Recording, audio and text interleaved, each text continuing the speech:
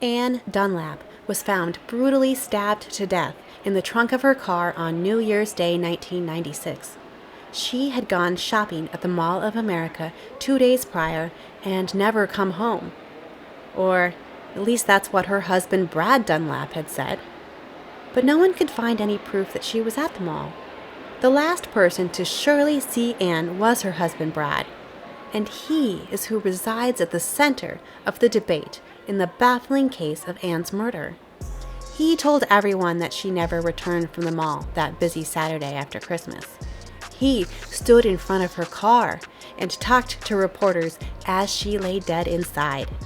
And he was the only suspect ever named by police, though there was never enough evidence to make an arrest.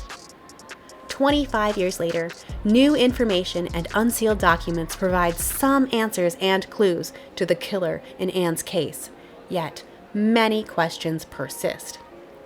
Is Brad Dunlap a scheming, homicidal husband, a truly excellent actor, hiding the methodical, murdering mastermind underneath? Or is he a grieving widower stunned by tragedy? Has Brad Dunlap deceived Anne's whole family and gotten away with murder? Who killed Anne Dunlap?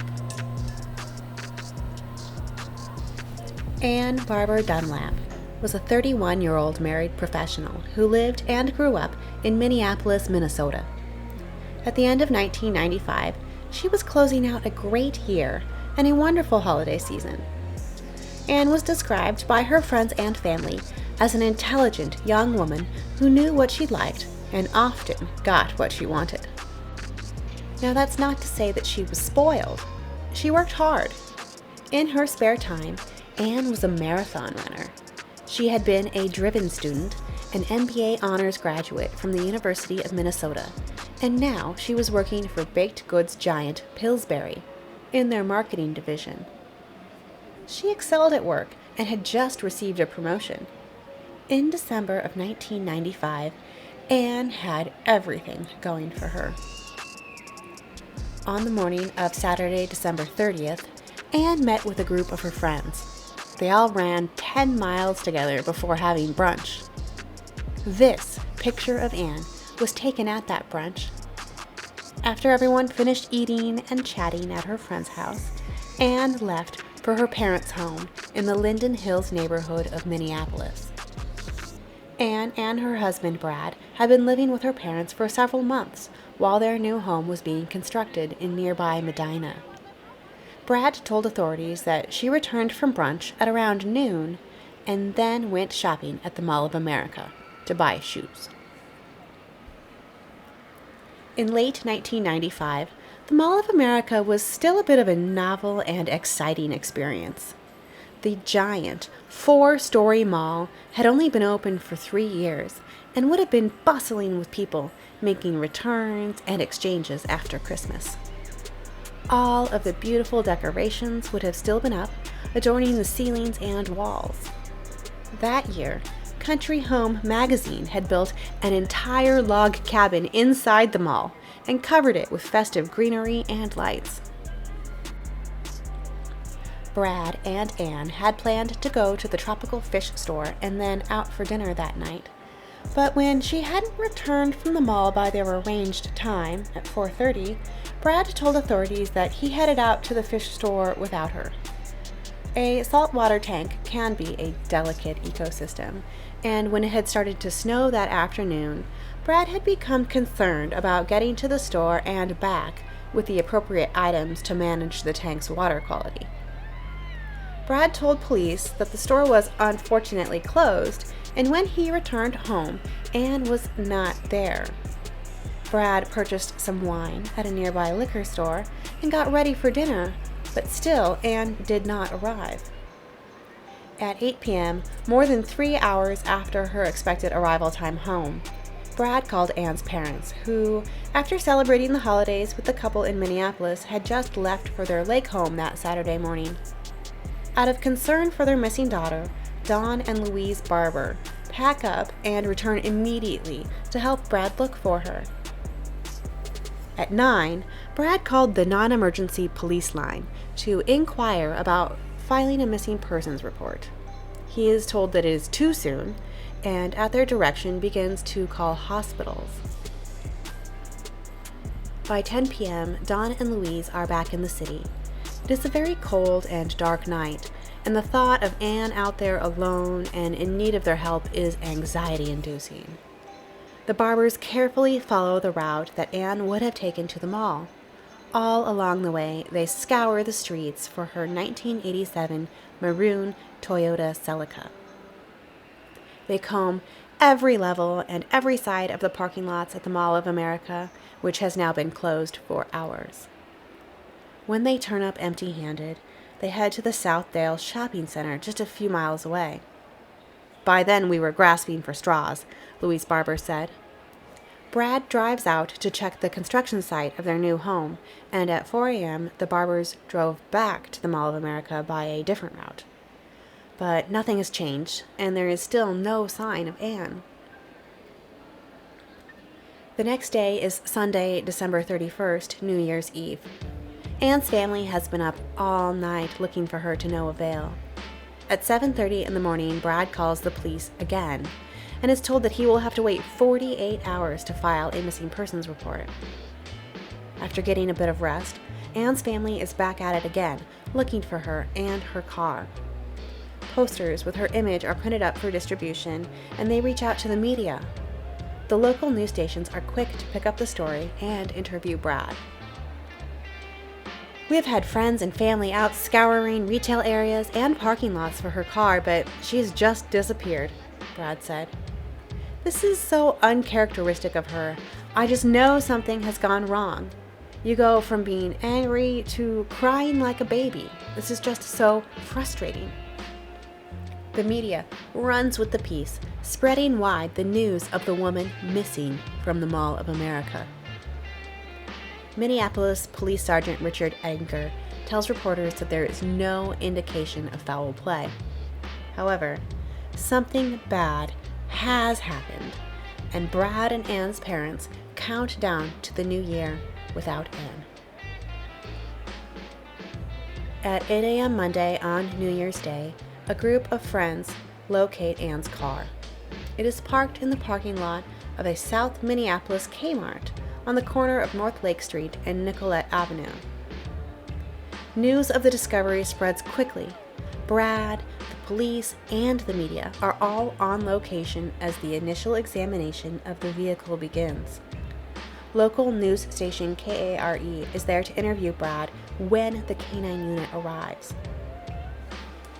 How concerned does this make you to see the car here? Well, I'm happy that we found it because I'm hoping that it'll give us some clues on where she might be. I don't know what to think. I mean, it's just at first it scares me because it's here. And I didn't know if we'd find it because I thought the police would find it yesterday. And I talked to a guy at the FBI, and he said that generally they'll find a car after an all-points bulletin's put out in a few hours, and so he thought that maybe the car was out of town. She was out of the Twin Cities area. So when we found it today, I was really surprised. The Kmart, where Anne's car has been found, is not in a particularly nice area of town. Even though it's only 2 miles from her parents' home in Linden Hills, this neighborhood has far more crime and poverty. She would never come to this part of town, Brad says. In fact, she would never even shop at Kmart. Brad calls her very Target loyal, which you might expect of a Minnesota native, as Target is headquartered in Minneapolis. Brad tells the KARE reporter that the car looks normal. Peeking carefully into the windows, he can see a Hollywood video bag, a pair of glasses, and a water bottle. Her purse appears to be missing. Anything going on in her life that might make her want to drop out of sight, or? No, just the opposite. Everything in our life is like the best that it's ever been. She's just got promoted at work, and things are just going fabulously for her at Pillsbury. She's a marketing manager there. We're building a brand new home in Medina. It's her dream home. We're planning a family.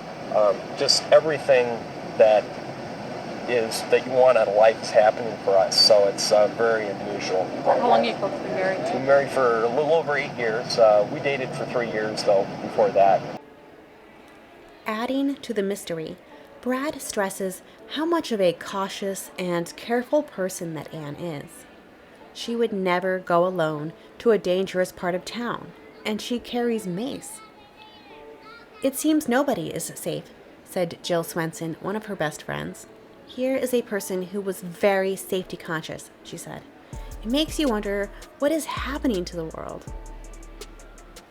When Anne's car is found to be unlocked and the keys are spotted in the ignition, speculation is that it had been left here to be stolen, though it had not been. Bloodhounds lead authorities around the Kmart, but are unable to pick up a strong scent. According to police procedure, the car is towed back to the police forensics garage. It is there that the trunk is opened, and that is when Anne's body is found in the trunk. Numb is the sad and sobering word her parents used to describe the way they felt. "We just want to know who did this," they tell Star Tribune staff writers Tasha Robertson and Chris Roberts. Police interview Brad at the station for 5 hours that afternoon. They could not find evidence that Anne had even been to the mall. There were no mall shopping bags in the car. They had found no financial clues like a check or credit card transaction indicating that Anne had bought anything at all that day. The medical examiner announces that the cause of death is apparent homicidal violence, and an autopsy is scheduled for the next day. When Brad arrives at home that evening, he collapses onto the couch sobbing and tells his in-laws that the police believe he did it.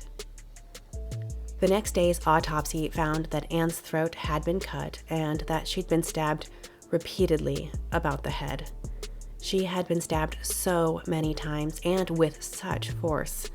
The examination revealed that the tip of a knife, believed to be the murder weapon, remained embedded in her skull. Evidence also indicates that Anne died on Saturday, the day she disappeared, rather than on Sunday or Monday, the day her body was found. Clearly, the police must interview and interrogate all individuals close to Anne in an effort to solve her case. The spouse is often the first place to start for law enforcement. While the police do not discuss Brad's interview with the media or name him as a suspect, his friends and family begin to publicly defend his innocence. "I'm very concerned with the way things are moving," a friend from Anne and Brad's running group said. "It looks like Brad could be arrested in this thing. I think there's not one chance in hell that Brad is involved." Anne's mother agreed. "It's inconceivable to friends, family, anyone who knows him." Brad and Anne had been living with her parents for the past 2 months while their house was being built. They had spent a loving Christmas together at Anne's brother's home. It seemed that the couple had spent quite a lot of time with Anne's family, actually. "We go to the cabin together almost every weekend. We vacation in Mexico. We've spent weeks on end together," Louise Barber told reporters. The family knew Brad very well, and he was never angry. "It's out of his character," she said. "He never gets upset." They described Brad as kind, polite, sincere, and giving. The police searched the Barber home and then Brad and Anne's new 7-acre property in Medina. They used luminol, a chemical to search for blood in the area, but did not seem to turn up much evidence. "We're not saying anything at this point," said Lieutenant Mark Ellenberg. Brad Dunlap hires a lawyer and stops speaking to the news media. His New Year's Day interview in front of Anne's car is now the subject of much speculation. Did Brad know that Anne was inside the trunk that whole time? Was the anxiety and the grief for his missing wife all an act? Was it faked? Just thinking about it, thinking about her, God, it's very hard for me. I mean, You know, it's tough. I'm sorry. No, it's okay. It's just, you know, we just want to find her and, bring her home. The video with the full interview is more than 8 minutes long and actually unlisted on YouTube, so you can't even locate it without a link. I'll make sure it's easy to find in my description, and if you'd like, you can see the whole thing for yourself. On Thursday, the police department conducted a second search of Anne's parents' home, calling it routine follow-up.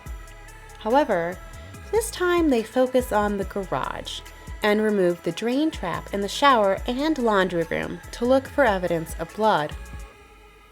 When reporters asked, law enforcement would not discuss whether the investigation was focused on a single suspect or if they even had a suspect.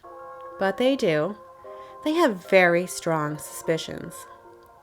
Brad had directed Anne's friends to search the Kmart parking lot where her car had been ultimately found.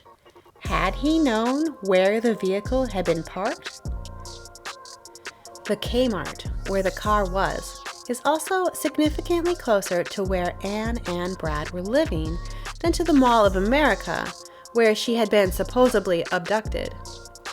Might Brad have parked it there and then walked or run the less than 2 miles back home? When a spouse is reported missing and later found dead, the other spouse becomes the prime suspect, said Vernon Giebert, a retired New York police lieutenant commander and author of a commonly used textbook on homicide investigation quoted by the Minneapolis Star-Tribune. The spouse remains the prime suspect until they can be ruled out.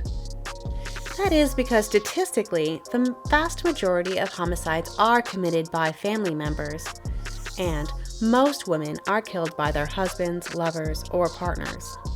The police have to look to the immediate family first, and the husband is always the primary suspect, said Giebert. Ultimately, the police believe that Anne's husband Brad behaved suspiciously during their initial interview. This interview was video recorded, but has not been released to the public, so whatever was said or done to make Brad seem suspicious, we don't know. But they believed that Brad had killed his wife. And now is a good time to remember that all suspects are innocent until proven guilty, and even today, nearly 30 years later, Brad is still just a suspect. He has never even been charged with a crime. But there were a lot of things that created suspicion around Brad. Several small drops of blood are found in the garage, and they're submitted for analysis to determine whose blood they are.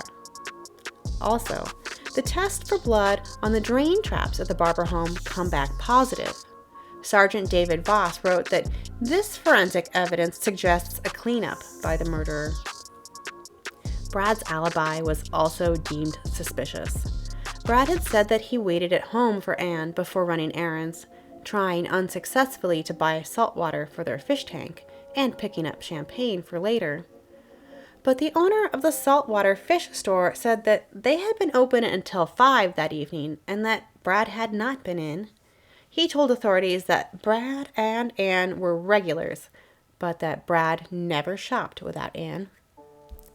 Where was Brad from noon to 5? Alone at the Barber home? Had he been there with Anne? Investigators questioned whether or not Anne had even been to the mall that day. Early media reported that she had spoken with several sales clerks at the mall, and Brad's private investigator, Bill O'Keefe, found several people that placed Anne there. He told reporters, "There is a witness who discussed the fact that Anne was building a house, and one that could remember what shoes she had been wearing." Bill tells reporters that police are aware of the witnesses, but Bloomington Police Chief Bob Lutz said that they could not find any hard evidence that Anne had made it to the mall that day. Unfortunately, while the mall boasted 120 surveillance cameras, at that time, they recycled the footage by taping over it every 2 hours. This meant that there was no surveillance footage to review, even by the time Brad called into police that first night to inquire about reporting Anne missing. A salesperson at the Nordstrom shoe department reported waiting on a woman close to Anne Dunlap's description, but was not sure it was her. Police found no records, like a check or credit card receipts, indicating that Anne Dunlap had bought anything that day. Perhaps Anne, who was described as detail-oriented, meticulous, and maybe even picky, could not find the shoes she had been looking for. This could be why no money had been spent at the mall that day. During an interview, her parents told the FBI that when Anne went shopping, she knew exactly what she wanted and where she would go. She never just went shopping. They stated that Anne was very organized and a perfectionist. It is an unfortunate fact that the mall footage was recycled so quickly back then. And following this case, security at the mall increased their surveillance footage storage length from 2 hours to a full week. The case of Anne's murder had generated a lot of media attention. Generally, the police are tight-lipped about the investigation, but on Saturday, January 6th, 1 week after Anne's death, law enforcement released a public appeal for information regarding the water bottle that had been found in her car. The water bottle was a plastic 1-liter Chippewa spring water bottle that had been inside the car at the same time Anne's body was recovered from the trunk. Police had already visited dozens of convenience stores, but had been not able to find the store that sold this exact water bottle. It had a distinct bright yellow price sticker on it, reading $169. There was a missing decimal point on the price sticker. The location is the key that may lead us to other things, police spokesperson Penny Parrish said about the store that may have sold the water bottle. Knowing if Anne bought the water bottle, or if someone else purchased it before placing it in Anne's car, could make it vital evidence in her case. Also that Saturday, Anne and Brad's friends from Club Run hosted a run for the public to raise awareness for Anne's case. Brad and many of the group's approximately 800 members ran the same route Anne Dunlap had run with friends hours before disappearing the previous Saturday. Her Club Run friends had also assisted with the distribution of flyers advertising a $75,000 reward for information leading to an arrest and conviction in Anne's murder. Luckily, with all the awareness and media attention, law enforcement's plea for public assistance is answered quickly, and within just a few days, police have received more than 100 calls from helpful citizens. They are able to locate the Tom Thumb convenience store that sold the water bottle found in Anne's car. It is along the route to the new acreage where Anne and Brad were building. A convenience store employee identifies Brad Dunlap out of the photo lineup as the man who purchased a water bottle sometime around 6 p.m., December 30th. Police comb through the surveillance footage and find a man that could be Brad at around that time. However, the video is too grainy to provide proof of anybody's identity. Eventually, law enforcement lead Brad through the store in order to compare his image to the man in the video on the evening that Anne was murdered. Anne's family is feeling alienated from the police and the FBI agents involved in their daughter's case. They tell local media that their relationship with law enforcement was strained from the start, saying, "Here it was, 15 minutes after we found out she was dead. We got no compassion. We got confrontation. That really hurt." 2 weeks after their daughter's body was found in the trunk of a car, Anne's parents, Louise and Don Barber, agreed to an interview with media to defend their son-in-law, Brad. "He was more broken up than we were, if you can believe that," Anne's father, Don, said. They said that when Brad walked into their house late January 1st, after being interviewed by police, that he collapsed into uncontrollable sobbing. "They had everything going for them," Don Barber said. "This is the end of all of his hopes and dreams." Describing their marriage as a storybook, he cited the fact that they had all lived together. You can't hide it. They were not that good of actors. The Barbers wanted to address the rumors about Brad publicly. They believed that he was innocent. It's true. Brad had recently increased Anne's life insurance policy, they said, but it was at the advice of a financial planner that they had visited at Anne's suggestion. She had carried a policy worth $100,000 that they raised to $1 million. They had increased Brad's policy to $1 million at the same time. "If you've got 2 or 3 kids and you want to pay off the mortgage, that's what it takes," Don said. The Dunlaps wanted to increase their financial security because they were planning on having a baby. "She was taking her temperature," Louise Barber said. They were going at it very systematically. And yes, police did take pieces of the floor and remove the house door in the Barber's garage, which may have had blood on it. But both Louise and Dawn said that they had cut themselves recently. It seems inconceivable to them that Anne could have been injured or hurt in the safety of their own garage. "I think someone abducted her during her trip to the Mall of America," said Louise Barber. "I believe it was a random act of violence," Don Barber added. Minneapolis Deputy Police Chief Bill Jones said, "So many people can identify with going to a mall and thinking that they're safe doing that." And maybe they are, because police soon learn, when the test results for the blood found in the garage come back, that all the blood is Anne's. The Star Tribune additionally reports on the webpage that Anne's brother Paul has created to spread information about Anne and the reward for her killer. This site is actually the first of its kind back in 1996. It was a predecessor to the hundreds of thousands of websites today dedicated to solving crimes and to the victims of criminal acts. The Tribune reported that the site counter had logged more than 325 queries since Monday. Astonishingly, the site still lives today as it did in its original splendor, with a black background since 1996. It's a real warp back in time, so I'm including the link down in the description in case you'd like to experience that yourself. Police continue to search for evidence in Anne's case, executing search warrants at Brad's office and a storage locker that the couple had rented. They searched the land in Medina, where the home project has stalled. Several critical pieces of evidence are indeed missing.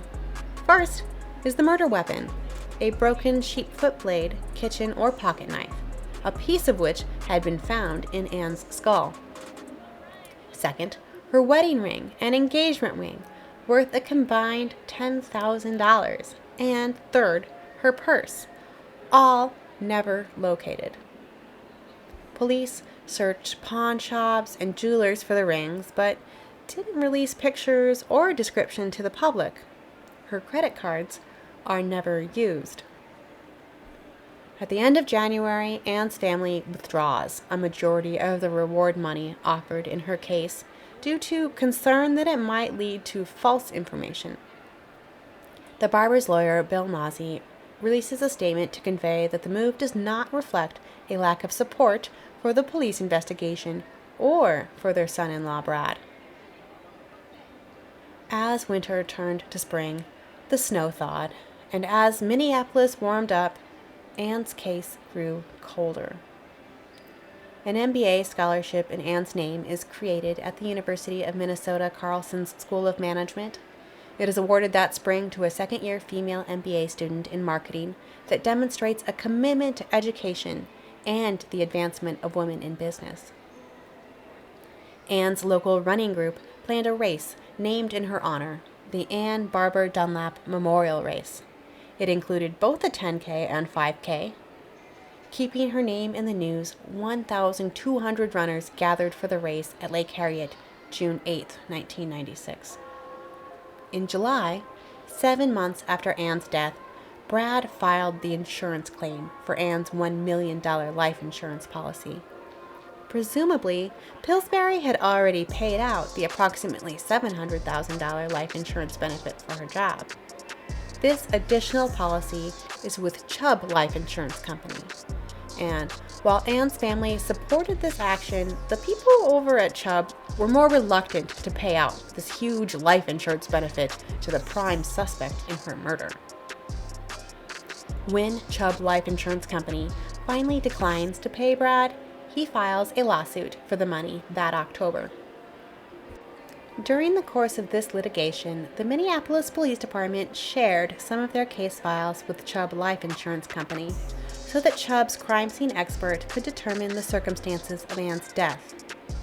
Brad's lawyers claimed that Chubb Life Insurance Company and the police department were working together to avoid the $1 million payout that Brad was owed. A memorandum they submitted read, "The sharing of police information with Chubb while keeping plaintiff Dunlap in the dark offends not only the most rudimentary notions of due process and fairness, but is also legally unsupported and unsupportable." And a judge agreed. Brad was allowed access to the documents police had shared. But these documents did not contain good news for Brad, and soon Chubb filed a counterclaim to Brad's lawsuit that alleged Brad had intended to kill his wife way back in August when he first applied for that $1 million policy. They called the policy fraudulent and considered it void. Brad had been a licensed insurance agent for 10 years, and investigators had found that a form for the insurance policy included a typo that Anne was unlikely to make. The name of Anne's employer, Pillsbury, had been spelled with only one L, something the detail-oriented marketing manager would not do. Additionally, Chubb referenced in their lawsuit the shared police documentation, which named Brad as a prime suspect. They had hired their own FBI crime scene analyst, who considered Anne an unlikely victim, and the crime scene consistent with a staged domestic homicide. Money had been the main motive police had considered. They believed that Brad had planned to kill Anne when he filed the insurance policy.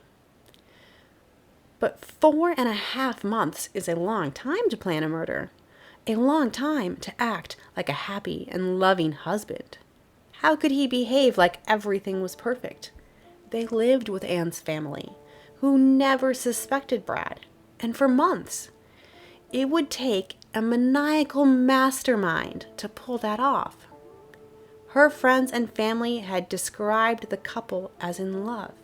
"You can't hide it. They were not that good of actors," Don Barber had said. That summer, in the middle of a pending trial, Brad quit his job, packed his bags, and moved to Arizona.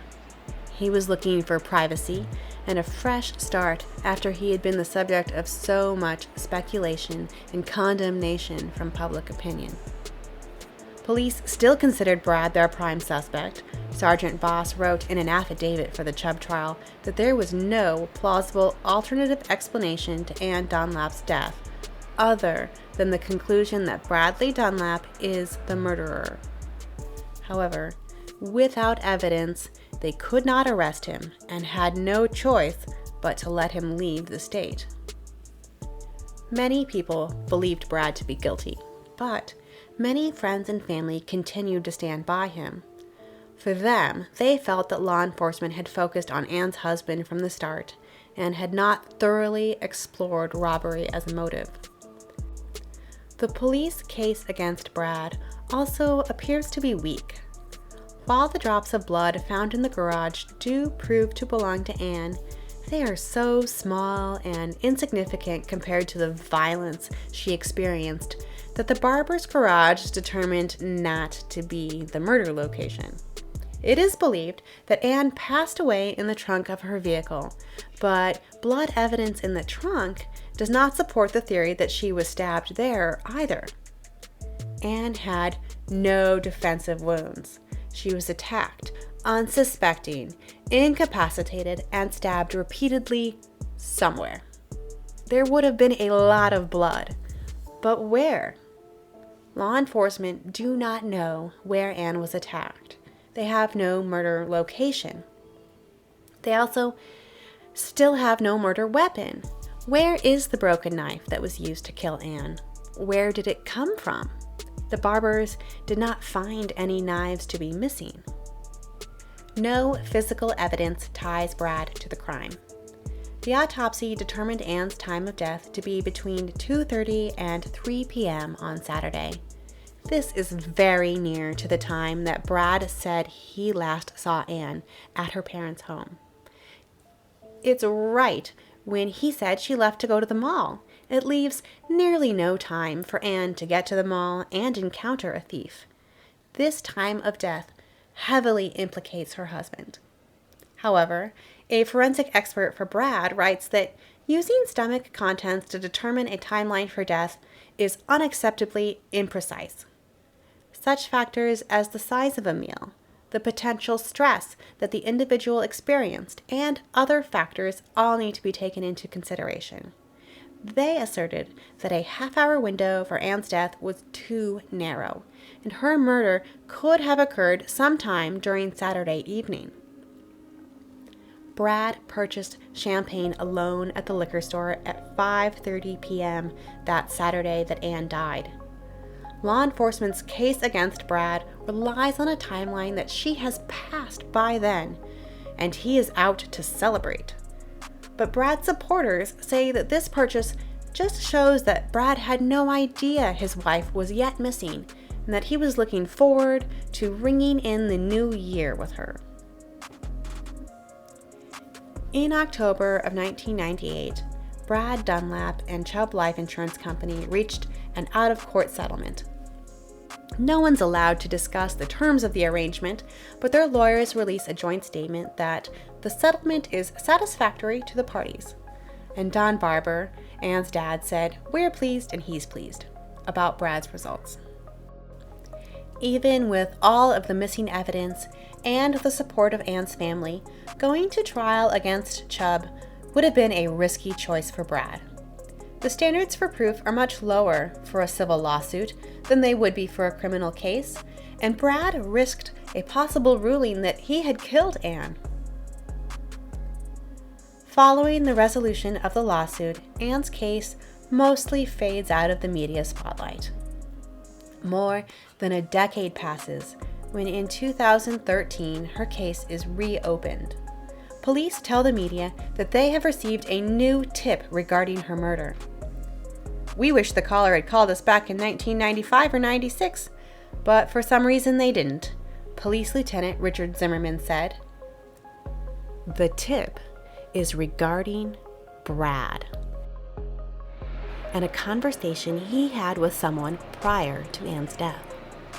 The police lieutenant says they have fresh eyes on the case. "I told them to start at page 1, Zimmerman said. He has instructed his investigators to also retest evidence with new DNA tools. But if anything of importance is revealed during this testing or in the course of following up on leads, the public is not told."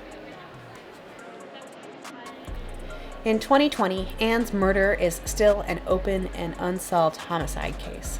But while all of the case files at the Minneapolis Police Department and at the FBI are still confidential, federal court documents dating back to the 1990s life insurance trial are unsealed. These reports include police case files, autopsy notes, and FBI analysis. The files give a much more detailed account of Anne's death and the investigation than were ever before public. New information previously unknown includes a fireplace log found in the barber's garage with Anne's blood on it. Authorities believe that Anne was hit in the head with this log prior to the stabbing that ended her life. Also, in a surprising turn of events, the water bottle found in Anne's car after her murder had been tested for DNA. Everyone believed that Brad had purchased the bottle that evening after Anne's death, but the DNA results on the water bottle come back as Anne's and not Brad's. Perhaps the clerk at the Tom Thumb had been wrong the whole time. Expert video analysts who had looked at the Tom Thumb surveillance footage did believe it was Brad buying that water bottle. However, without his DNA on it, they too may have been wrong. Further to Brad's defense, unsealed documents submitted by expert on his behalf point to the lack of murder location. Blood found in both the garage and, of course, the trunk did belong to Anne, but it did not amount to the blood that she would have lost and did not appear in the pattern that one would expect for so many injuries. It was instead described as dripped blood or contact stains. The now famed FBI profiler Greg McCrary looked over the case on behalf of the insurance company and said that the crime had been committed by someone who knew the victim very well and staged the scene. Police theorized that Anne had been knocked out with a blunt object, likely the fireplace log found in the garage. Once she was incapacitated, her throat had been slit and she bled out in the trunk of her car. The lack of blood inside the car had been considered significant, as it required advanced planning. The killer would have had to clean up and put on new clothes before driving Anne's car to the Kmart where it was found. After the stabbing, the killer would have been unquestionably drenched in blood and could not have entered the victim's car and driven it without getting transfer blood on the inside of the vehicle. The forethought and access to clean clothes required to pull that off indicated premeditation to law enforcement, not a random robbery. Further, what would be the motive for a thief to stab the already incapacitated woman? A forensics pathologist examining the autopsy called the killer an intelligent and thinking individual, but an individual with no experience at killing. Beyond the money, profilers had also considered other relationship issues between Anne and Brad for motive. Had Anne's perfectionist and particular nature become too much for Brad? When discussing Anne's marriage with the FBI, Anne's parents said that Anne got her way most of the time and that Brad had spoiled her in that regard. And for example, the Barbers cited the design and construction of their new house as totally under the control of Anne. They described Anne as meticulous. And for all the people who had scrutinized that interview Brad did at the Kmart in front of Anne's car, there is one point where he talks about everything Anne has going for her. We're building a brand new home in Medina. It's our dream home. We're planning a family. In his interview, Brad does not refer to their new build as our dream home, but as her dream home. In a brand new home in Medina. It's our dream home. We're planning a family. The couple had been barreling toward a largely committed, expensive, and entrenched new life. A costly new home and mortgage and maybe even a baby. Is this any reason to kill your wife? No. Is $1 million? Certainly not. But might it have been motive? Maybe. It is the interview filmed at the police station and not the Kmart that Sergeant Voss finds important. It was Mr. Dunlap's conduct during this videotaped interview which prompted me to consider him as a suspect in the homicide. We have no idea what suspicious thing Brad said or did at that interview on New Year's Day to draw police attention, and perhaps we will never know. Anne's family continue to stand by Brad. They told KARE that they still want to see the killer brought to justice, and it would be a load off our dear Brad, said Louise. Our son-in-law has gone through so much because of it. WCCO-TV interviewed Brad twice since he left Minnesota. The most recent interview was almost 2 decades ago, in January of 2005. "There really isn't a day goes by that I don't think of Anne," he said then. "It's been a long time, but it seems like yesterday, and I just wish that media coverage would go away." I can see why Brad would feel that way. Once the Tom Thumb clerk ID'd Brad as a potential buyer of that water bottle, media coverage did focus on Brad as a suspect. But with Anne's DNA on the water bottle, and not Brad's, has Brad been exonerated? I wish media coverage back then had included better descriptions of those missing pieces of evidence. Somewhere, there is a broken sheepfoot knife that matches the blade piece found in Anne Dunlap. Somewhere, there is a purse and all its contents, her ID, her wallet, and mace, and who knows what else that belonged to Anne. I bet she was very particular about her purse, but we still don't even know what it looked like. Somewhere are her no doubt sparkly and beautiful wedding and engagement rings worth $10,000 back in 1995. No photo or description of these bands ever released. Today, Brad is remarried with children. He has seemingly been living a crime-free life in Arizona, successfully heading up his own business. If Brad were a killer, he would have needed to be a methodical one, a mastermind, manipulative, clean, and convincing, a good actor, and a heartless monster. Is he? I wish we could definitively say, one way or another, for Anne's sake. Brad is still in contact with the Barbers. They talk regularly and exchange gifts at the holidays. Dawn and Louise have visited Brad in Arizona.